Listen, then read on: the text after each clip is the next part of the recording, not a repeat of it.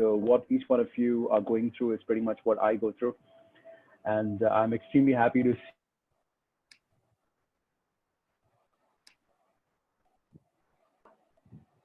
Sunil, I'm audible? Yeah, you are audible, but Mr. Mehmet Thomas is freezing right now. I think the network problem is there. Can you hear me? Yeah, it is now good now. it's fine. Now it's fine. Yeah.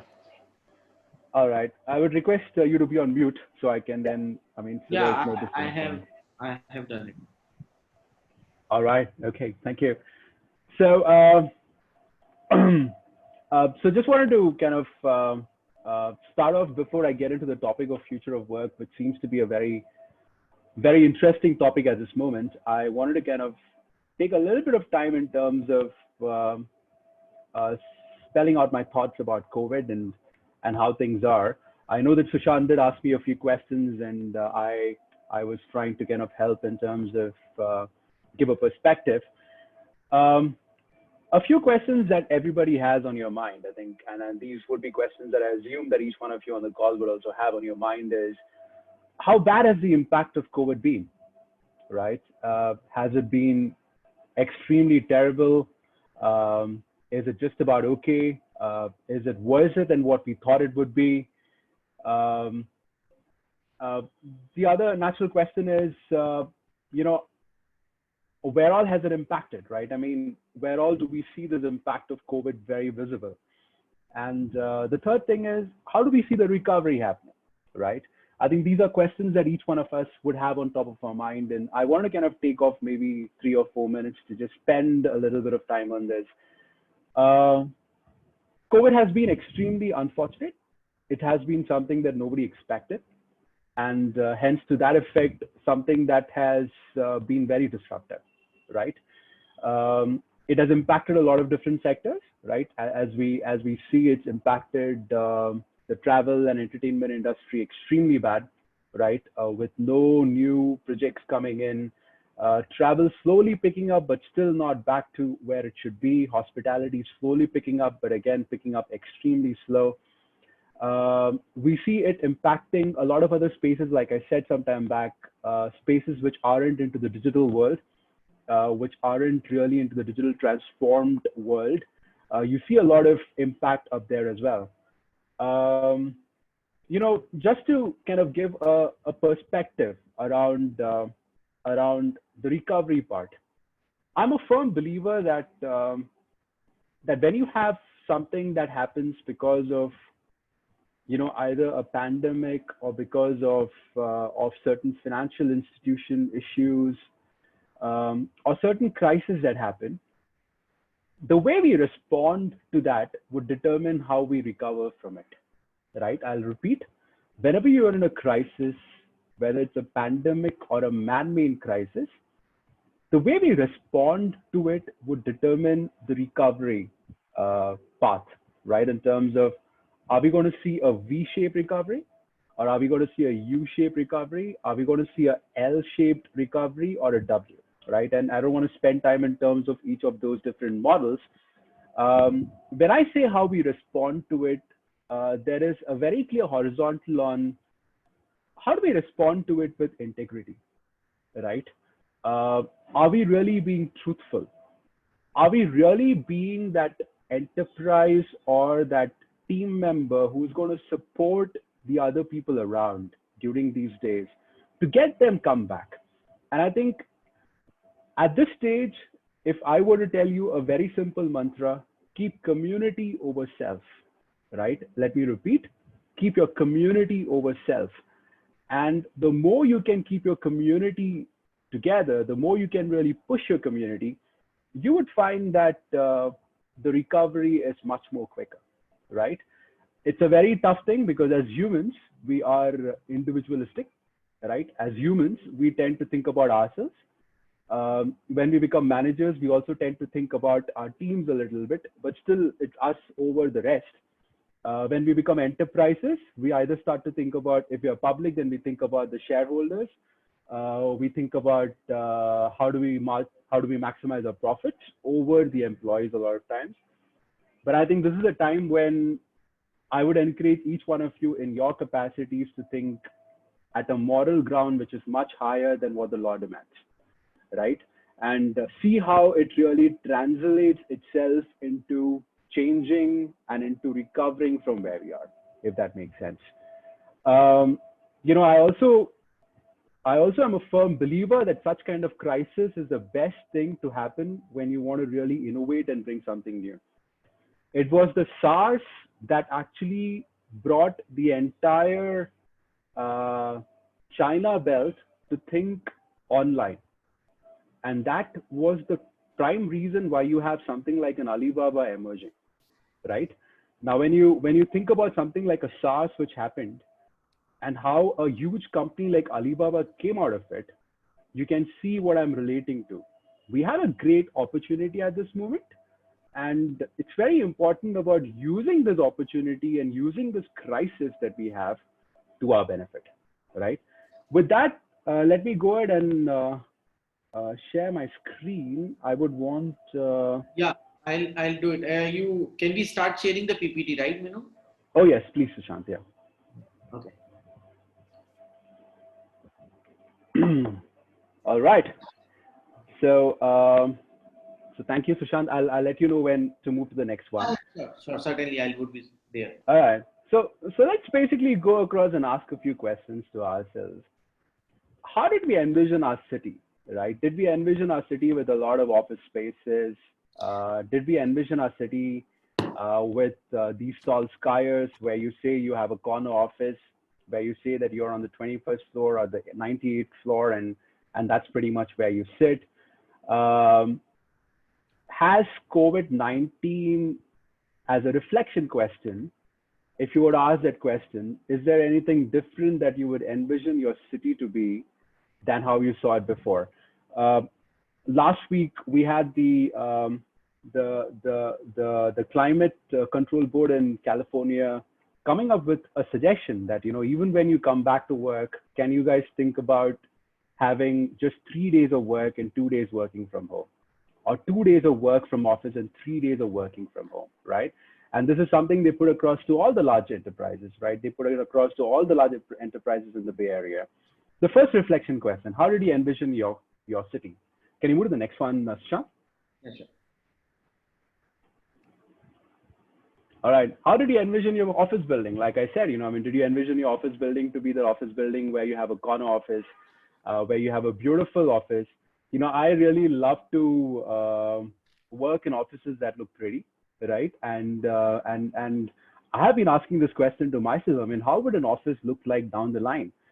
Would there be people of the same company working on the same floor? Or would there be multiple different people of different companies coming together on a floor and yet being able to work on the same floor and managing your IPs in a manner that it's not really breaching each other, right? Can you move to the next one, Sushant? Yeah. How do you envision your desk, right? Let me ask further a question. Do you even envision a desk at work, right? Those that have worked with me would really know how I try and create my desk area and how I really beautify my desk area, and these are, like, you know, pretty close to my heart stuff. But with something like a pandemic, how does that really change? I mean, with office norms being very different to what it used to be, we may never have a desk, right? Your city will look different. Your offices may look different. Your desk will look different. We can move to the next one, Sushant. And your commute looks different, right? You know, the latest way that Uber is trying to get people back to work is they have created a ranking of cities, and they're saying which city has got the maximum amount of people going back to work. And in India, we have the North Gurgaon, Noida, NCR area, which says that that's in the top 10 list of people using Uber. And I mean, just imagine we have got to a stage of having to really do gamification to get people back to work into commute, right? You know, those that are in Bangalore would echo the sentiment with me, because we have an amazingly bad repute of, I think the latest statistic that we had before the pandemic was 14 minutes for a kilometer to be covered, right? And so you can just imagine when you have to travel 10 kilometers, you're talking about a little over 2 hours one way, right? And if you were to go and talk about 10 kilometers to your counterparts in the Bay Area, they would say that's a breeze. I mean, you're talking about 6 miles, so maybe 8 minutes. And you're like, all right, I mean, it's not 8 minutes or 10 minutes here. You're going to talk about somewhere close to 2 hours. How does your commute look like, right? And how do you envision your commute to be with something like a COVID that's happening? Can we move to the next one, Sushant?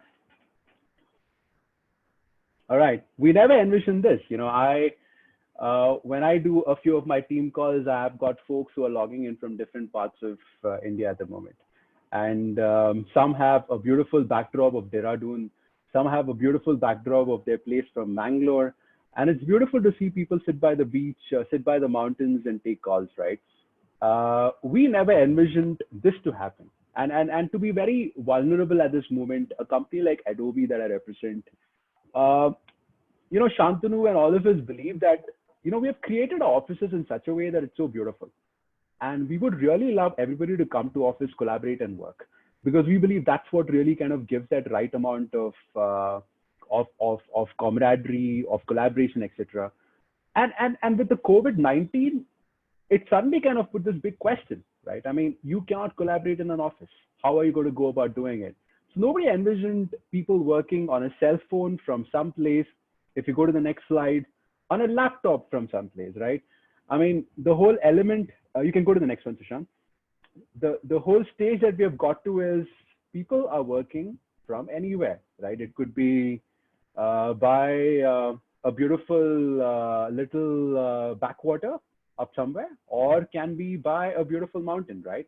But ultimately, what really matters and what people have started to realize is that work, which in physics is movement from point A to point B, can actually happen from anywhere, right? You can actually move from a task A to a task B from anywhere.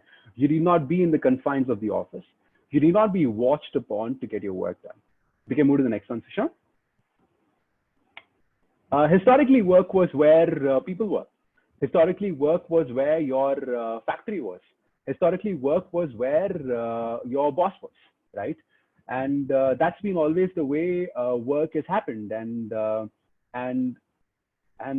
if you notice the last 2 or 3 years, we have been slowly moving towards a little different. But what the pandemic has done, what COVID-19 has done is, just imagine you're walking on a plateau. I don't know how many of you have ever been to Panchgani, Mahabaleshwar. Right? I'm a Mumbaiker, so I used to go there quite a bit.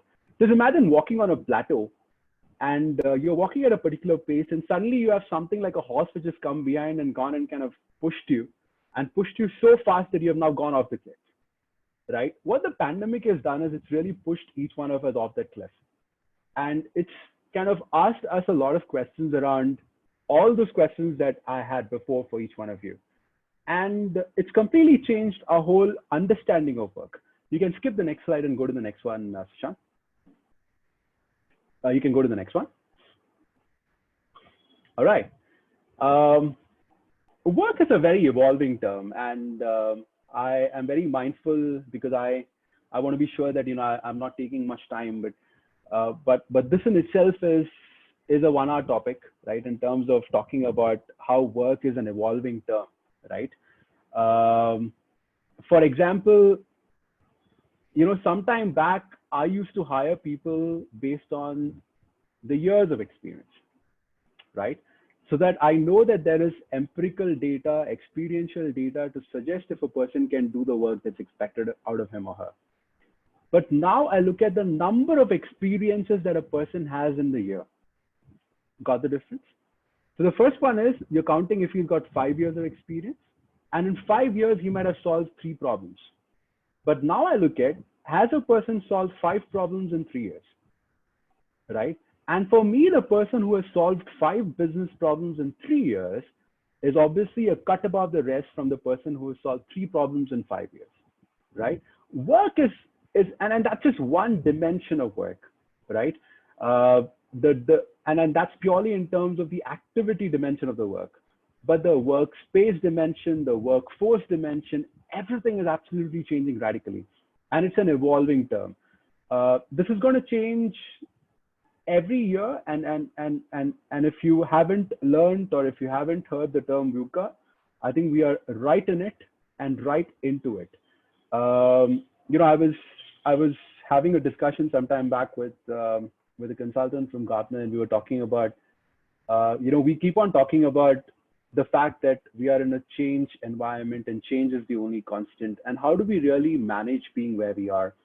And he gave me this very simple example, and he said, the only way you can do it is if you are the eye in the storm, right? So you have to anticipate and be the eye in the storm, because the eye in the storm is always calm, but the storm is always around it. The change is always around it, but you are in a place where you are still secure because you anticipated or you adapted to the change extremely well. From a work evolution terminology, what I would encourage each one of you to do is look back at your statement of work, your SOWs.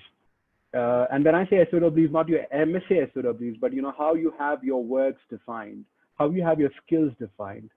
Look back at how do you really evolve and change it to be relevant, not for COVID, but to be relevant for post-COVID. And I think the companies that are able to see that are going to be the companies that's going to emerge victorious. Can we move to the next one? All right, the next one again. I'm just moving a little fast. All right. I would request each one of you to be on mute. I'm sorry if... all right. So the four broad topics that I want to kind of, touch upon a little bit through this time is there a way you could mute everyone, Sushant, from your...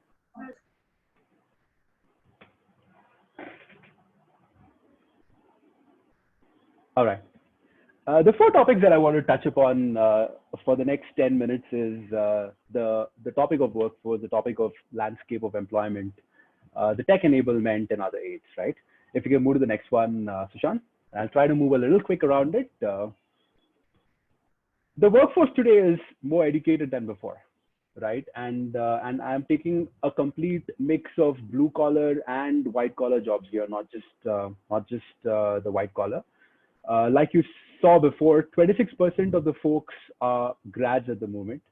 34% of our workforce is millennials, right? And in fact, in India, that's a little higher than 40%. If you can move to the next one, Sushant. And how does a millennial think? A millennial, 77% of them really want to be in control of their career paths, right? As against how it used to be when I entered, I want to believe that I'm a millennial, right? When I entered the workforce, right? How I thought about work. And when my father entered work, right? My father worked with an institution for 36 years, right? I have changed 2 companies over the last 16 years. But I'm sure a millennial over 16 years would have actually either started his or her firm or would have at least switched over 5 or 6 companies at a bare minimum, right? 75% of the millennials want to work remotely. And how are we thinking about that, right? It isn't a place where people really want to come across in one office, collaborate, be together and work. And only 16% of them see themselves working at their current job a decade from now, which means 84% of them are going to leave and move to another workplace or another work, right? And these are statistics of millennials, and this is something that's already hit us. I mean, whether the COVID happened or not, this is how the scenario looks like, right? If you can move to the next one, Sushant. We are in a world where we have over 3 billion internet users, and it's growing extremely fast, and approximately at the moment 45% of the global population is connected, right? I mean, this is like huge, right? This has never been a scenario some time back. If you move to the next one, even more glaring statistics. Sushant, can you move to the next one? And we can move a little quick through it. You have 2.5 billion smartphone users, and this is like 5x times of the penetration in 2010. And right now, the latest statistics is quickly going to push it towards a 3 billion, right? I mean, you can just imagine how quickly tech adoption is working. And even in countries like India, where we never expected tech adoption to increase, courtesy the push around digital, etc. And I'm not even bringing COVID into it. It's been extremely rapid. Can we move to the next one? we're going to expect 1 Gbps download speeds on 5G mobile networks, right? And it's going to be something which is going to be very standard, right? Just imagine having the power of extremely high download speeds, a well-connected enterprise, social enterprise, working out of anywhere in the world at this present moment. And how does that really look to you in terms of your opportunity? Where do you see talent and how do you see work going to change? Can we move to the next one, Sushant? What does this really mean to the present scenario, right? HR is going to look extremely different in terms of hiring talent that is for a short-term requirement, and this goes down to the whole theory of gig economy, right? Where you'll have a lot of gig workers, where you'll have a lot of freelance consultants who would really emerge, and they would say they will come and work for you for a particular task, right? And you would have better controls in terms of managing IP, better controls in terms of managing a person while he or she is working for maybe 4 companies at the same time, right? But that's going to be a complete shift. And what does that mean to HR? I think HR is going to look a lot more marketing, a lot more legal, a lot more tech, right? And companies that are not thinking about the HR in terms of that direction, right? The sociological quotient, the legal quotient, and the tech quotient would suddenly find that their HR practices seem to be a little bit behind from the rest. There's going to be a lower need for physical space for sure, right? When I look at the future of work, work's going to happen out of your, in my case, my library. It can happen out of your bedrooms. It can happen out of your living rooms. It can happen out of your gardens. It can happen out of your mom and dad's home in your native, right? But real estate is not going to be the same as before, right? There's going to be a lot of investment in technology, and at the place where I work at Adobe as well, we are thinking about how do we create those virtual water coolers? How do we create alleys where people could look as though they are walking and they're able to barge into someone else and talk to another person, right? So tech is going to be something which is going to be very critical.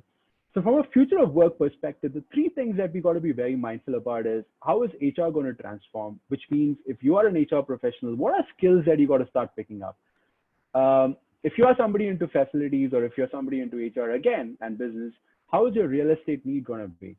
And how are you investing in tech at the moment? And do you have the right investments in tech that's going to enable collaboration and remote technologies? And I don't mean to just kind of stop by a Zoom or a Teams or a Blue Jeans, but I'm going a little beyond it. I'm talking about immersive experiences where people would really have that immersive experiences and feel like they are a part of something, yet virtually. And that's going to be something that every company is going to invest deep in from a technology perspective. Can we move to the next one, Sushant? All right. So, you know, in my company, my unit is called the Employee Experience Unit, and that's the HR unit. And I love the fact why it's called Employee Experience Unit. And that's one of the reasons why I also joined them, because I was really happy about the terminology of experience being brought in there. A lot of companies are going to rechristen their existing HR units, and they're going to call it more towards the employee experience side. And what's the past and what's the future going to be? The past has always been top-down commands. Like, you know, you decide something on the top and you then cascade it down. Employees used to conform to any rigid rules, but the future is going to be more employee-centric. It's going to be the whole idea of employees and employers co-creating an ideal experience, right? People analytics is going to pick up really strong, and this is something that I think a lot of big companies have at the moment. But people analytics is going to come out very strong, because with people spread out in all different places, the importance of data and employee data has never been more important than before, right? And hence the whole way of how do I analyze productivity in a remote environment? How do I analyze creativity in a remote environment? For a company like Adobe, which runs on creative blood, we look at the number of patents, right? I mean, is there a dip in terms of the patents that get created? Did we have 1,000 patents and now did it dip down to 500 after going remote? how do we start to increase our patents? How do we start to look at that? People analytics is going to be very important. You know, companies are going to think a lot about internal recruiting. And when I say internal recruiting, I mean upskilling your existing folks inside your company, right? So they're going to look at people getting upskilled, cross-skilled. People are going to move roles much more fluidic than before, right? You're not going to have people who are going to be in a role for 2 years, 3 years. People are going to be much more fluid in terms of their movement. And like I said sometime back, your workforce is going to be multi-generational. Earlier, people used to retire at 65. Now, I know a lot of folks who say they're not going to work beyond 35, but there are folks who say they want to work beyond 65. And so I think there's going to be a lot of flexibility that's going to come in terms of how your whole work is seen, right? And your teamwork is going to be having a culture of including your baby boomers, your millennials, your Gen Ys, your Gen Zs, everybody coming together. So this is going to be at large in terms of how things are going to slowly shift and in what direction is it going to shift. Can we move to the next one? Like I said, at the beginning, things have accelerated, right? Earlier, we used to have a few people working remote, but now a lot more people working remote and a lot more people wanting to continue to work remote, right?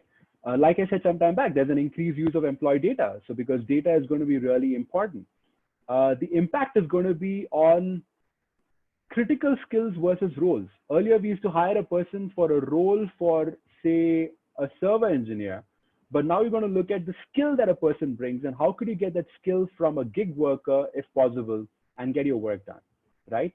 A lot of companies are going to look at resilience.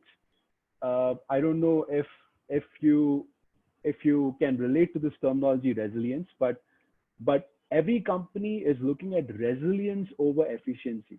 Let me give you a very simple demonstration. If I were to tie your hands up, right, and if I were to ask you to touch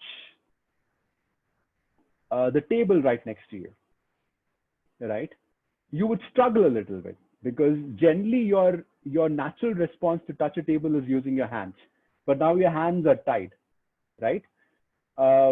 A resilient person would still go ahead and touch because would touch using your elbow or maybe your nose or some other part of your body. But that's called resilience, and that is going to be very important because HR folks and companies are going to look at people who can bounce back from a bad scenario, looking at people who can bounce back from an extremely bad crisis and still come back to shape and perform well, right? And there are a lot of books on resilience. I would really love and encourage each one of you to go ahead and read on these books because resilience is going to be very important. And the more resilient you are, the more you become impactful at your work. Can we move to the next one, Sushant? All right. From a competition for talent, and I know that a lot of you might come back to me and say, you know what, now more people available, fewer jobs, but that's going to change very quickly, and it is already at the moment. But companies are not just going to compete with each other for talent, but they're going to also compete for people who are going to think about going freelance, going consultant, going a gig, right? And you're going to find a lot of these people who are going to be saying, you know what, I'm going to be a gig worker because I've got specialized talent. And if you want me, you'll have to pay me this much and I'll work for you for 3 hours in a day or 2 days in a week or for a retainership agreement. Things are going to change a lot and you're going to find companies competing there. Like I said sometime back, you're going to have shorter average tenures, right? Sometime back, if you were to ask me when I started my career, I would say a person should switch a job maybe 5 years or 6 years or maybe 4 years, right? But now, if you find a person switching a job in 2 years as well, you don't really raise your eyebrows. You're not like, oh, he's changing his job way too frequent. 2 years, he should have been in a company for longer, right? But that isn't the case right now. You find fewer people continuing with workforces for a longer time. So these are two things that's going to change critically if you are a TA person. The first thing is around your competition is not just going to be your competitor, but also people going independent. And the second thing is going to be about the fact that you'll have to work with the mindset that exists within your enterprise about stickiness. If your managers think that 2 years and 3 years is way too short a time for a person to be in a company and he's switching and he's very fickle, You got to go back with data because things have changed. Things have changed drastically. And I would say a 2.4 is like a brilliant time if a person has spent 2 years and 4 months with an enterprise, and that looks an average, right? Can we move to the next one, Sushant? There are more versatile career paths, right? And every company is trying to create more versatile career paths for everybody within the organizations, right? And the way we promote people within our organizations is very different, right? In terms of, like I said, how is that person growing? How fast is that person growing? And can we create newer paths and ways for that person to innovate and invent, right? Can we move to the next one? What remains to be solved? A lot, right? It isn't like, the problem statement is easy. The future of work is such an easy thing. It's like a very simple crystal gaze, and you can look into it and say what's going to happen. There are a lot of things to be solved. For example, if you could move to the next one, Sushant. How do you train your next generation leaders, right? If they're not going to be in offices, right? And like I said, your people are not going to be in offices. You're not going to see them. How do you start training your leaders for tomorrow? Can we move to the next one? I'm going to be skipping through a little fast. How do we get our folks to be aligned to the culture, right? I don't know how your hiring has been for your companies, but a lot of companies have hired through the COVID period, and you have people who have joined you and have never been to the office. I mean, how are you seeing your culture immersion happening? I mean, are people able to relate to the culture that you ascribe to, right? Your folks aren't going to come and work for 40 hours a week or 35 hours a week in your office building, and things are going to change. Some people might only subscribe to work with you for maybe 15 hours in a week. How do you get them to know the culture, right? I mean, and there's a whole terminology called a culture add as against the culture fit. Until now, we used to hire a culture fit, but now we are slowly moving towards something called the culture add. That's again a huge topic to speak on. I don't want to really get into it, but that's another concept that is there at large. If you could move to the next one, Sushant. How do you validate your people's ability to move, or how do you promote, and how do you know that you're doing it right in the absence of anything that is technologically enabled at this moment to know how a person is effective? And like I said, how do you measure creativity? Some things are very easy to measure. Like some things are very easy to measure from a productivity perspective. Like if you're a recruiter, you can always ask a person,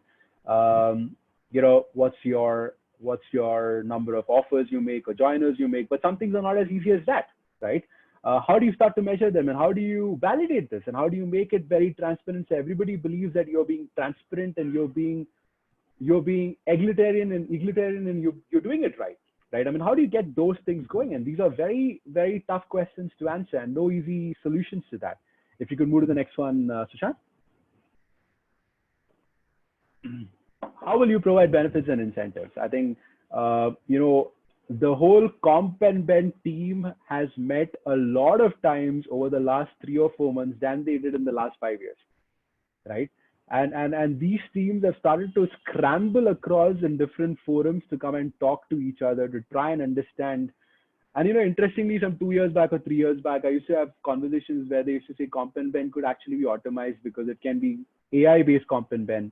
You start to look at certain terminologies, what skill a person brings, how it brings, and then the AI tool can suggest and say, this is the salary hike that you should give to this person. This is a promotion, whether valid or not. But everything has changed completely because now you have a spanner in your work as big as a COVID-19 that's hit us. And the way your companies are looking at benefits and incentives is completely different, right? Because your employee is not in the office. Employee will not continue in the office from a future of work perspective as well. And how do you start to look at comp and ben? I mean, what are the incentives that you got to give? Now that my cafeteria does not matter. I mean, we used to take a lot of pride in serving breakfast, lunch, and dinner for free in our offices, right? And now suddenly all our employees are at home. And how do we take pride in that, right? How do we take pride in the fact that, we have 3 different buffets of food, but we can't give it right now? But how do you start to still innovate around these terminologies is going to be very important. So let me go back to the 3 things. How do you look at a comp and ben? How do you look at promotions? How do you look at learning and development? How do you look at your workforce in itself? And how do you look at your culture, right? All these questions are going to be extremely important. And the way you start looking at these questions and the way you start to think through, I would strongly encourage that as companies, as people, you should have smaller focus groups that come together virtually and start whiteboarding it, right? And start writing down, what really works for you. What works for Adobe may not work for your enterprise, right? But you got to start coming together and make it agile. Like, get an idea out, work it through and see if that's working for a pilot group. And if that works for a pilot group, go and establish a little further. But you got to start thinking about these questions extremely loud and clear at this moment. Because in the absence of thinking about this, you might struggle down the line, right? Can we go to the next one, Sushant? The next one, I think this is pretty much covered. You can go to the next one, Sushant. I'm sorry, I've got all these pictures and so, at the moment, and this number is much higher, 84% of executives believe that most great people, ideas, and capabilities lie outside the walls of their companies, right? And that's why people keep on saying, let's collaborate more, let's partner more, let's talk to more people. I, for one, I've started to go back to academics a lot more to try and get inputs. Like, I go back to academia to talk to them and try and understand what's the best way to solve the problem, because we believe that answers come outside your walls. The next one, Sushant.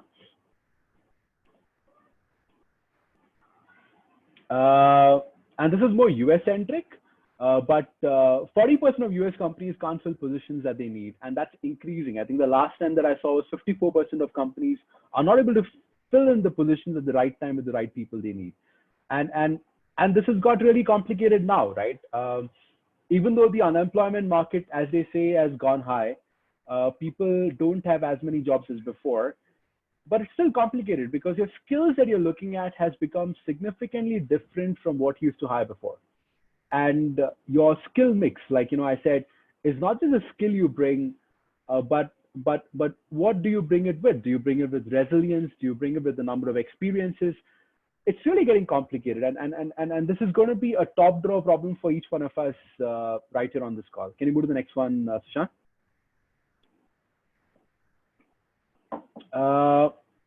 Pretty constant, and this is something which is very rampant, where people believe that they need to evolve. And if COVID-19 has done something, like I said, it's pushed you off the cliff and you're now falling down, because you know that if you haven't evolved, you know where you're going to end. And if you've evolved, you know that you're going to be on another plane, which is beautiful, and it's going to rise up again. Can we move to the next one? All right, can we move to the next one? I'm sorry. Okay, the next one. As we all know, we are living in a period of massive change, right? And that's a given at the moment. The next one. And like I said sometime back, it's a massive change, but a massive opportunity. Like I said sometime back, the SARS epidemic helped China to move more digital, and you had an Alibaba that came out, right? There is a great opportunity for each one of us out here in terms of our functions, our enterprises, our standing in the community, and how are we really looking at this from a massive opportunity perspective? How are we designing it to look at certain key elements? For example, how are you going to structure your return to work for your enterprise that's going to help you increase your diversity? Because it's a given that people, if you allow them to work from home, there's a very good chance that you might be able to move your diversity index around people with disability, diverse workforce, gender diverse workforce, right? How do you start to get them moving, right? It's a massive opportunity for you to start thinking different. Start bringing in people analytics into your HR function. It's a massive opportunity for you to start looking at your present workforce, look at the contractor to FTE ratio, look at how do you get it right, and how do you get more people to augment, right? To augment it to work better for you. Can we move to the next one? All right. I think I'm sure that I've got somebody who's the next Henry Ford up here on the call, right? Or the Bill Gates on the call, right? And I would encourage each one of you to think through in that direction. The next one. All right. I want to have this question up in each one of your minds with my last picture that I have here, which is, where do you think you fit in, right? And this is more a reflective question for each one of us. How do we see ourselves fitting in, and how flexible, how resilient are we, and how innovative are we? If I want something that each one of you should go back with from this little talk that I had was the fact that everyone is in it together.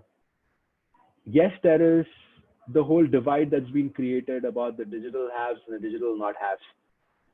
Yes, everybody has been thrown out, spun out, and pushed out and dished out. Yes.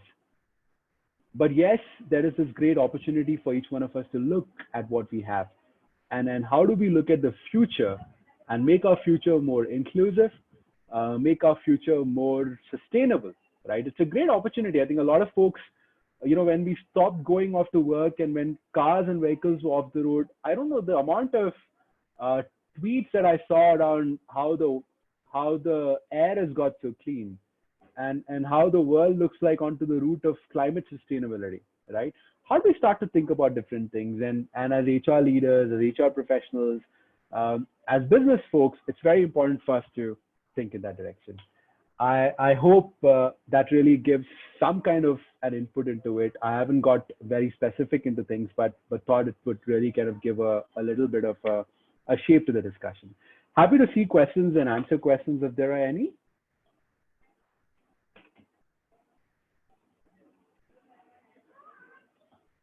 All right, let me go through the chat window. Okay, got a few questions, I'm sorry.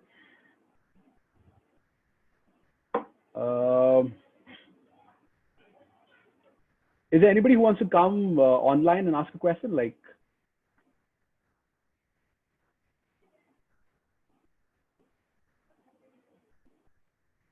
Or did I just put all of you to sleep? Hi, Thomas. Good afternoon. This is Ram Gopal.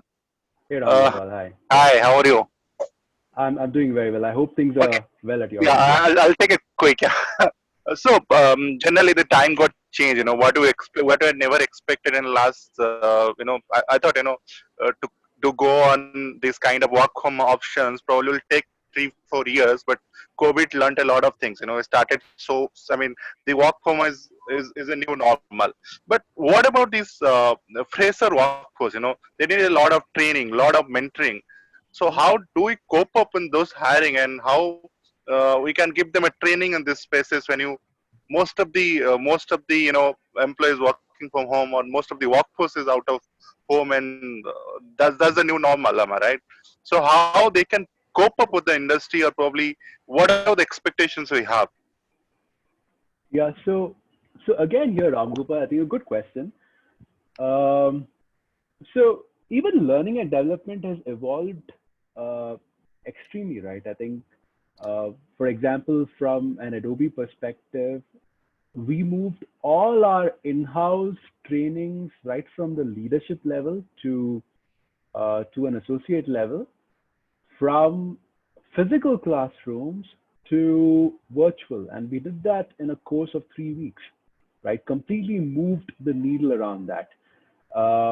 It got featured up in Forbes as well, but the trainings that you can certainly do virtually, right? Move it online, has to be done online, and there has never been a time better than now in terms of the availability of tools and the availability of technology to make that happen, right?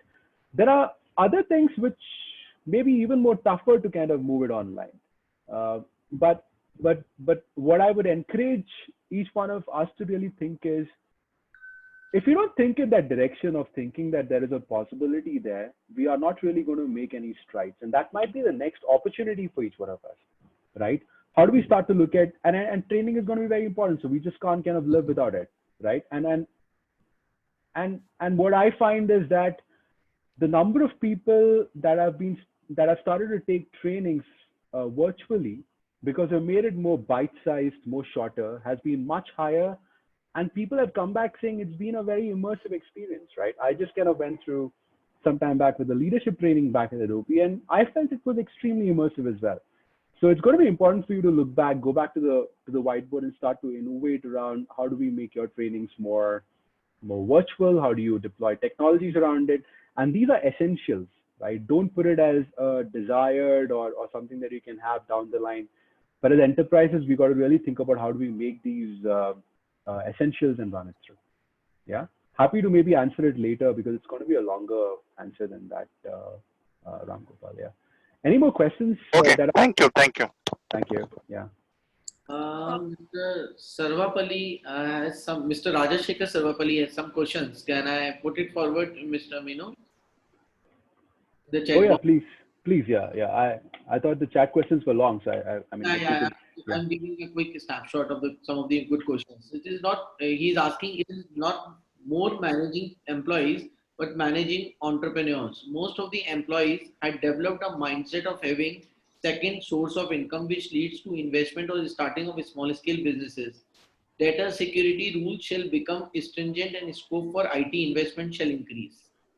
He's putting his opinion towards, I think. Yeah. It's I think, and like I said, I mean, the legal side of it is going to evolve much more. I think every HR practice is going to have their in-house legal consultant for themselves. Right now, if you're depending on your corporate counsel, but you're going to have something within your group as well very quickly. And that's going to be the need of the hour. Yeah. Correct. All right. Okay. So here again, Bharat is asking, how can a non-IT recruiter with 1 year experience who have lost job due to this COVID pandemic can compete with the current situation? Can you give any suggestions like what are the things should I learn and type of industry I can apply to move work into core HR operations, admin or generalist role? Kindly, he is looking for some suggestions from your end. I think the first thing that you should do is brand yourself. And when I say brand yourself, don't brand yourself in the way I find a lot of LinkedIn tweets at the moment saying, please have passion on me, compassion on me, I've lost my job. No, I'm not saying don't do that. But I think the right thing to do is brand yourself. And the way you can brand yourself is start blogging at these times. Start writing certain things that are of interest to you.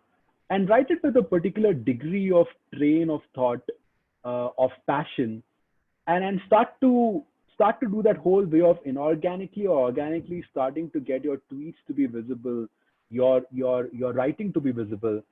There is nothing that is like a 1 day process, like do something for a week and the next week you get picked up. But every enterprise right now looks largely in terms of how a person represents him or her socially. And like I said, if you're socially connected and if you're able to put in the right thoughts and skill yourselves parallelly, right? Pick up certain skills that you want to pick up.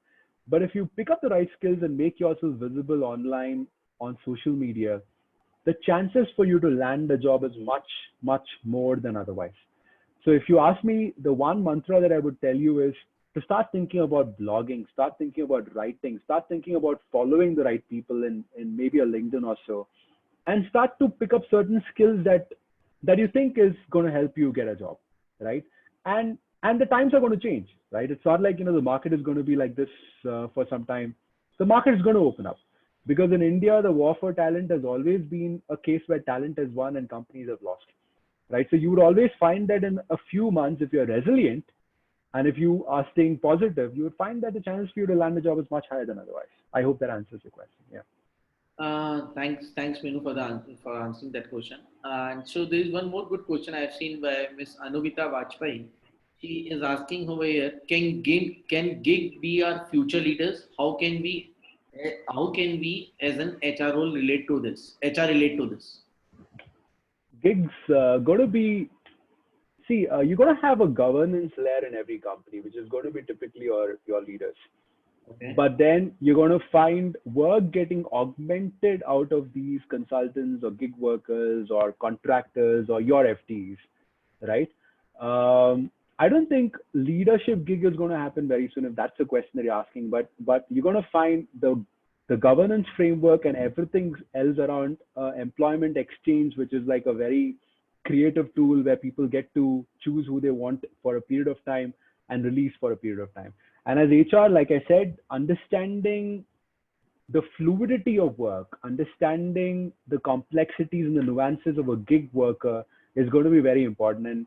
And if you can't understand that, because you're not going to have your employee with yourself for 2 years and 3 years to plan his or her career, to get the culture assimilated. But you're going to have somebody going to come and work with you for 4 months or 5 months, get a particular task done, get a particular skill to your company, and then they're going to go off. How do you accelerate your culture immersion? How do you accelerate that person to work in all the frame that you want in order to work? That's going to be something on top of mind for HR in the future. I hope that answers. So here, Swarda is asking, hello Minu, sometimes back you told that we were thinking about getting AI into comp and benefits, but Yeah. you see the scenario has changed completely. But somehow people out there are also thinking about AI coming up as a strong base for HR. Can you please explain a little more as I am little dilemma right now for AI and its application? Thanks in advance. AI in HR is my favorite topic, and and happy to interact with you on a different point of time, because that's like there is like a periodic table. There are enough technologies available for helping you in every sphere. But what I was connecting sometime back to from a component perspective was that things were very settled then, right? Your comp and ben alignment was more around certain indices that were more predictive. But with this whole pandemic, the spanner that's got thrown into the works is huge, and it's completely disrupted. And hence the whole AI bit of it, because AI works on certain data mining and data that's already existing, has completely changed. And that's why I said suddenly now people are going back to trying to scramble to understand, okay, what will work, what will not, how do you create this, how do you create that, right? It's more innovation at this moment, and hence there is a little bit of lethargy there. But it does not mean that AI will not be used. AI will be used everywhere. AI will start to help each one of us get that right insights as well. And we work with our insights to have insight and instincts together to get some answers done. But that's a huge topic. I'm happy to maybe connect with you separately and talk about that. Yeah. Thanks. All right. One more question by Anuvita. What is the overall feel about folks operating in the virtual world? What can we do to change the culture or add it into as an HR to kind of make it a better for our employees? Sorry. It's a great question, and I think the first thing is start a listening series. I would encourage each one of you to start listening to your employees more. I mean, we are in a scenario we are not seeing the employee every day. When I go to work, if I find somebody coming with the shoulders drooping down, a little sad face, that something is not right. Right. But when a person is working virtual, and sometimes people don't come online on videos, people are more on audio, you really don't get to know how a person is going through. And when we look at the present scenario of high stress, right, because of a pandemic around as well, and the whole stress around, nobody is getting their me time because your family is like always around you. Your house has suddenly become your school. Your house has become your 2 offices or 3 offices, depending on how many people are working there. Your house is no longer your house. I think the first important thing is to listen to your employees and start to listen from them in terms of how they feel, what they feel. When you start to show empathy, they would start to get a sense of your culture, right? Because in your discussions with them, you would start to get them feel a little bit about how you are, where you are, and how could you help. And like I started off, do it with a sense of integrity. Do not, it's like, when you're walking down a corridor, somebody might come and say, how are you? And before you respond, you find that the person has already passed by, right? But the question was there, how are you? But the other way of doing it is, on a corridor, you see another person, you go and ask, how are you? And you wait to listen to the other person in terms of how they feel. I think that is what is required at this moment. And the moment you start doing that, you start a listening series, you start a series of talking with your folks more, culture automatically starts to come through. And the mantra for a time like this when you're virtual is please over communicate And that's the key to it. Start over communicating. No communication is over communication. Yep. All right. Thank you so much, Menu. Mr. Puneet Singh, he has a one question. It's quite a different question, but I would like to take it. The manufacturing sector is most affected during COVID pandemic and COVID pandemic period, and manufacturing activities being slowed down. In that case, where are the possibilities to improve the productivity during the period? During this period, most of the employees are working remotely. How product would be delivered to customer? Very nice question. He he asked because manufacturing sector people are, how can the manufacturing sector can people can work virtually? He wants to ask, if they work virtually, how does the production make? How does the production will increase? So the little I know about the people who are my friends in the shop floor on manufacturing, they've actually kind of braced it out. They've actually kind of gone back to their shop floor, right? And they're working out from there, right? And like a lot of us on the call have the privilege of the ability to work from our places, but they're actually kind of bracing it, and also be mindful about the fact that there has been a hit on consumer confidence. There has been a hit on consumer buying, and hence there isn't a lot getting produced as well.